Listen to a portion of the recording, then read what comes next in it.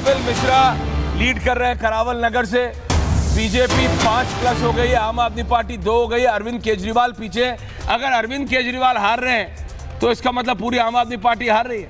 जो एक्सिस माई इंडिया और मैट्राइज का जो एग्जिट पोल था वो कहीं एग्जैक्ट पोल तो नहीं हो जाएगा, लेकिन मनोज यादव जी, हरियाणा के बाद आपका तो हरियाणा में भी बहुत मतलब जड़ से आपका कनेक्शन है, तो ये कहीं मतलब उल्टा तो नहीं हो जाएगा हरियाणा टाइप?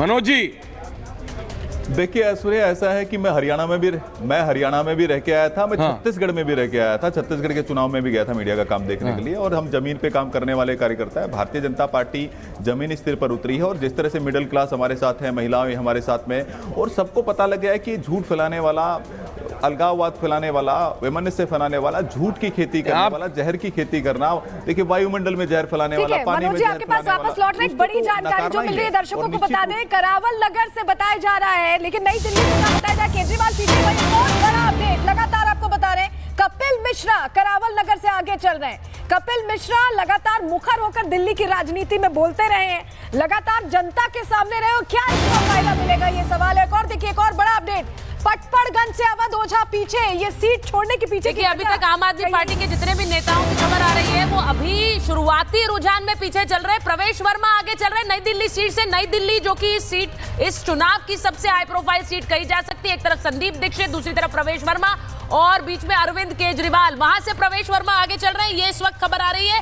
शकूर बस्ती से सत्येंद्र जैन आगे चल रहे हैं, आम आदमी पार्टी के पहले नेता जिनकी खबर आ रही है कि वो अपनी सीट से आगे चल रहे हैं। मैं फिर कह रही हूँ शुरुआती रुझान है, अभी पोस्टल बैलेट्स की गिनती हो रही है। कालका जी से आगे रमेश बिधूड़ी आगे चल रहे हैं, यानी आतिशी पीछे चल रही है। बड़ी फाइट थी कालका जी में, आतिशी, अलका लांबा और रमेश बिधूड़ी। रमेश बिधूड़ी आगे चल रहे हैं, सीएम पीछे चल रही है रमेश बिधूड़ी के। बिजवासन से बीजेपी के कैलाश गहलोत आगे चल रहे हैं, जानकारी मिल रही है। मुस्तफाबाद से आम आदमी पार्टी के आदिल अहमद आगे। जो शुरुआती रुझान है 5, 3, 8, 1, 9 सीटों के रुझान, और देखिए 10 सीटों के रुझान आ गए। बीजेपी प्लस 5 पर आगे, आम आदमी पार्टी 4 और 1 पर कांग्रेस आगे चल रही है। ये बहुत ज्यादा इंटरेस्टिंग है, लेकिन मैं दोबारा बोल रहा हूं, आप टॉप मनोज जी, अरविंद केजरीवाल, आतिशी सिंह, मनीष सिसोदिया, अवध ओझा, जो उनके 4 मैस्कॉट्स हैं, अरविंद केजरीवाल इंक्लूडेड, वो चारों अभी ट्रेल कर रहे हैं। बहुत शुरुआती है, 8:19 हुए हैं पोस्टल बैलेट से, लेकिन बीजेपी एक्साइटेड है। मनोज जी जी ऐश्वर्या, ऐसा है कि देखिएगा ये पीछे ही रहने वाले हैं, इनका पूरा मंत्रिमंडल हारेगा और दिल्ली की जनता इनको सबक सिखाने वाली है। आप देख लीजिएगा, ये पीछे रहने वाले, भारतीय जनता पार्टी की प्रचंड बहुमत से सरकार बनेगी। ऐश्वर्या, हम आश्वस्त हैं। ये आप बैलेट पेपर के देख लीजिए, बैलेट पेपर को देख लीजिए, रुझानों को, चाहे ईवीएम को देख लीजिएगा, क्योंकि जनता ने इनको नकार दिया है। आपता जाएगी और भारतीय जनता पार्टी की सरकार आएगी। आप एक आंकलन भी दे दीजिए, बीजेपी आप कह रहे हैं जीत रही है, कितनी सीटों से जीत रही है? आपके पास बार बार आप कहते हैं चेहरे बहुत सारे हैं, उनको चेहरों पर भी कुछ बोल दीजिए। सुचारिता ऐसा सुचारिता ऐसा है कि भारतीय जनता पार्टी प्रचंड बहुमत से जीतेगी, क्योंकि 10 साल में जिस तरह से अरविंद केजरीवाल ने दिल्ली की जनता को ठगने का काम किया। जब ये कि यू टर्न मास्टर है, बोले कि जमुना जी साफ करेंगे, फिर कहा जी नहीं जी मैं गलती होगी जी नहीं कर पाया। बोला कि टेनेंट को हम लोग 200 यूनिट फ्री देंगे जी, बोला जी नहीं दे पाया। पंजाब में बोला जी 1100 रुपए देंगे जी, बोला नहीं दे पाए हम लोग। तो लगातार यू टर्न करने वाले लोग हैं, इनकी क्रेडिबिलिटी गिर चुकी है, क्योंकि देखते हैं कि भारतीय जनता पार्टी एक ऐसी पार्टी है जिसकी क्रेडिबिलिटी है। एक जल्दी से रिएक्शन, ये यू टर्न भारी पड़ेगा क्या हर मुद्दे पर? यू टर्न जल्दी से बता दीजिए, फिर हम ग्राउंड पे जाएंगे। अभी तो ये पोस्टल बैलेट हैं, अभी 2 घंटे के बाद स्थिति क्लियर हो जाएगी और आम आदमी पार्टी बड़े अच्छे मानूं, ये मानता हूं, कुछ और मानूं ना मानूं ये मानता हूं। हरियाणा के बाद अब मानते हैं। हाँ नहीं, बीजेपी बहुत ज्यादा एक्साइटेड है, उनके पास अपने कैंडिडेट। तो देख रहा है, आपने बॉडी लैंग्वेज देखी, आपने प्रवेश वर्मा की बॉडी लैंग्वेज देखी और आपने अपने नेताओं की बॉडी लैंग्वेज देखी। मनीष सिसोदिया हैसल्ड उतर रहे, प्रवेश वर्मा जो बॉडी लैंग्वेज बहुत कुछ बताती है राजनीति में। सिंह साहब, पॉलिटिकल, अगर वो हार जाते हैं तो उनका पॉलिटिकल कैरियर खत्म हो जाता है। एक व्यक्ति ये अपने आप में बड़ा डिस्कशन है, इस पर बहुत से लोग बात कर रहे हैं, आपको लग रहा है ऐसा होगा? हाँ, आपको याद हो जब हमारा पिछला डिबेट था, तब मैंने प्रेडिक्शन करी थी अरविंद केजरीवाल भी हारेंगे, मनीष सिसोदिया भी हारेंगे और आतिशी भी हारेंगे, और आज आप देखिएगा वही होने वाला है।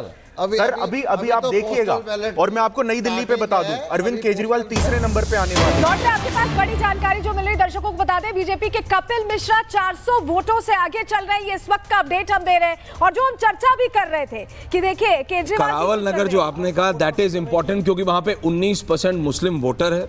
2025 में वोट शेयर वहाँ पे 64.44% था, 2020 में 67.5%। कपिल मिश्रा वहाँ 400 वोटों से आगे, मार्जिन बहुत कम है, 8:21 ही हुए हैं, लेकिन स्टिल बीजेपी फाइट में है शकूर बस्ती में भी, और जहाँ पे कपिल मिश्रा करावल नगर में है वहाँ पे भी। इन दोनों जगह बीजेपी फाइट में है। हालांकि सत्येंद्र जैन शकूर बस्ती से आगे चल रहे हैं इस समय, और कपिल मिश्रा करावल नगर से आगे चल रहे हैं। टोटल सीट्स हमारे पास 13 आ गई हैं। बीजेपी 8 सीटों में आ गए, आम आदमी पार्टी 4, डबल का फर्क है। पोस्टल बैलेट से कांग्रेस 1 पे अटकी हुई है। सोहेल, देखिए इंपॉर्टेंट एक और बात है, पिछली बार बीजेपी की 8 सीटें जरूर आई थी, लेकिन 38% वोट शेयर बीजेपी के पास था। अब ऐसे में आज ये इस बार ये देखना है कि क्या ये स्थिति बदलती है। 53% वोट शेयर की तरह केजरीवाल 600 वोटों से पीछे चल रहे हैं। दर्शकों को बता दें, अरविंद केजरीवाल 600 वोटों से पीछे। आप कुछ कहना चाहते हैं? मुझे लगता है कि ये टर्निंग पॉइंट है अपने आप में। अगर केजरीवाल जैसा व्यक्ति लगातार जेलों के बीच में, जेलों से अपने, मैं इसको एनालाइज ऐसे कर रहा हूं कि जेल से ही अपनी राजनीति को शुरू करने वाला व्यक्ति जेल पर ही जाकर खत्म हुआ है। देखिए आप, ये आपका छत्रसाल स्टेडियम में जब इसको पकड़ा गया था, जब ये सिविल सोसाइटी का एक मेंबर था ऐश्वर्य, उस टाइम इसको जेल में डाला गया था। और आप देखिए किस करप्शन के इतने संगीन मुकदमे के बाद जेल में थोड़ा जल्दी तो नहीं कर रहे आप, ये थोड़ा जल्दी माइक्रो एनालिसिस थोड़ा जल्दी तो नहीं कर रहे। मेरे को बस हो सकता है थोड़ी जल्दी हो। आतिशी 400 वोटों से पीछे, सोहेल जो केजरीवाल 600 होता है, पोस्टल बैलेट तो 50 होते हैं, इतने नहीं होंगे, लेकिन 600 वोटों से केजरीवाल, आतिशी 400 वोट हो गई है, और ईवीएम की गिनती, इसीलिए हम लोग अभी जो मार्जिन दिखा रहे हैं 600-800 वोटों का, पटपड़गंज से रवि नेगी आगे हैं अवध ओझा से। मैं एक और प्रेडिक्शन कर जल्दी कर दीजिए। 3 महीने के अंदर अंदर आम आदमी पार्टी का शिवसेना वाला हश्र होने वाला है, पंजाब में वाली है। दिल्ली में सबसे पहले तो दिल्ली में टूटेगी, फिर पंजाब में टूटेगी, और दिल्ली में Punjab will be in trouble अगर ये होता है। लेकिन पंजाब की बात बाद में, अभी दिल्ली की बात। दिल्ली बीजेपी 8 है, आम आदमी पार्टी 4 है, कांग्रेस 1 है। पटपड़गंज विधानसभा से भाजपा के उम्मीदवार रवि नेगी आगे चल रहे हैं। अवध ओझा से आतिशी 400 वोटों से पीछे है, केजरीवाल 600 वोटों से पीछे हैं। गिरिडा कैलाश से आम आदमी पार्टी के सौरभ भारद्वाज आगे चल रहे हैं। चलिए, आम आदमी पार्टी का कोई तो आगे है। दिल्ली शुरुआती रुझानों में हमारे पास अब ऑफिशियली जो आया है, बीजेपी 8, आम आदमी पार्टी 4। लोमस भारतीय जनता पार्टी के हेडक्वार्टर्स में है। सुचरिता सोहेल सरोनी वहां चलते हैं। लोमस, एक्साइटमेंट है क्योंकि आम आदमी पार्टी के ऑफिस के बाहर कुछ भी नहीं। लोमस, बिल्कुल, आप देख रहे हैं किस तरीके से जो नतीजों का आने का दौर शुरू हो चुका है, और एक एक करके जैसे जैसे नतीजे निकल के सामने आ रहे, तो कहीं ना कहीं मायूसी एक तरफ छा रही है और एक तरफ खुशी की लहर है। यहां पर अभी मैं 14 पंत मार्ग यानी कि दिल्ली बीजेपी में खड़ा हूं। यहां पे खुशी की लहर देखी जा रही है, जैसे जैसे एक एक करके मतगणना हो रही है, उसके बाद जो आंकड़े निकल के सामने अंदर जाओ, नेताओं से बात करो। देखने को मिल रही है आपको अंदर की तस्वीरें मैं दिखाने की कोशिश करूंगा। यहां पर काफी खुशी का माहौल है, और उसी को लेकर के जो तैयारियां हैं, क्योंकि आपको याद होगा जैसे एग्जिट पोल के नतीजे आए थे, उसके बाद से ही दिल्ली बीजेपी में अलग रौनक देखने को मिल रही थी। वही रौनक अभी तक बरकरार है, और एक एक करके जैसे जैसे सुबह से मतगणना के जैसे जैसे आकलन और नतीजे निकल के सामने आ रहे हैं, उसके बाद जो रौनक है वो काफी बढ़ चुका है। और अंदर की तस्वीरें आप देख सकते हैं, यहां पर अलग ही माहौल है, और उसी माहौल को बरकरार यहां पे दिल्ली बीजेपी में रखा गया है। और अंदर जाकर के हम कुछ नेता अंदर मौजूद हैं, उनसे भी हम बात करने की कोशिश करेंगे और समझने की कोशिश करेंगे कि जैसे जैसे नतीजे निकल के सामने आएंगे तो उसके बाद क्या इनकी प्लानिंग होगी, किस तरीके से जो बीजेपी ये अंदाजा लगा रही थी कि 27 साल के बाद वो दिल्ली में सरकार बनाएगी। आप देख सकते हैं कि ये अंदर की तस्वीर है, और यहां पर जो तमाम प्रवक्ता हैं उनके लिए इंतजाम किया गया। यहाँ पे कुछ नेता भी हैं, उनसे हम बात करेंगे और जानेंगे कि जो नतीजे हैं उनके फेवर में निकल के सामने आ रहे हैं। प्राइम मिनिस्टर मोदी कटआउट, जो उम्मीद उन्होंने लगा, अगर आपने देखे वो प्रधानमंत्री मोदी के बिग कटआउट। थोड़ी देर पहले लोमस वो तस्वीरें बीजेपी दफ्तर से दिखा रहे थे, वहां पर दिल्ली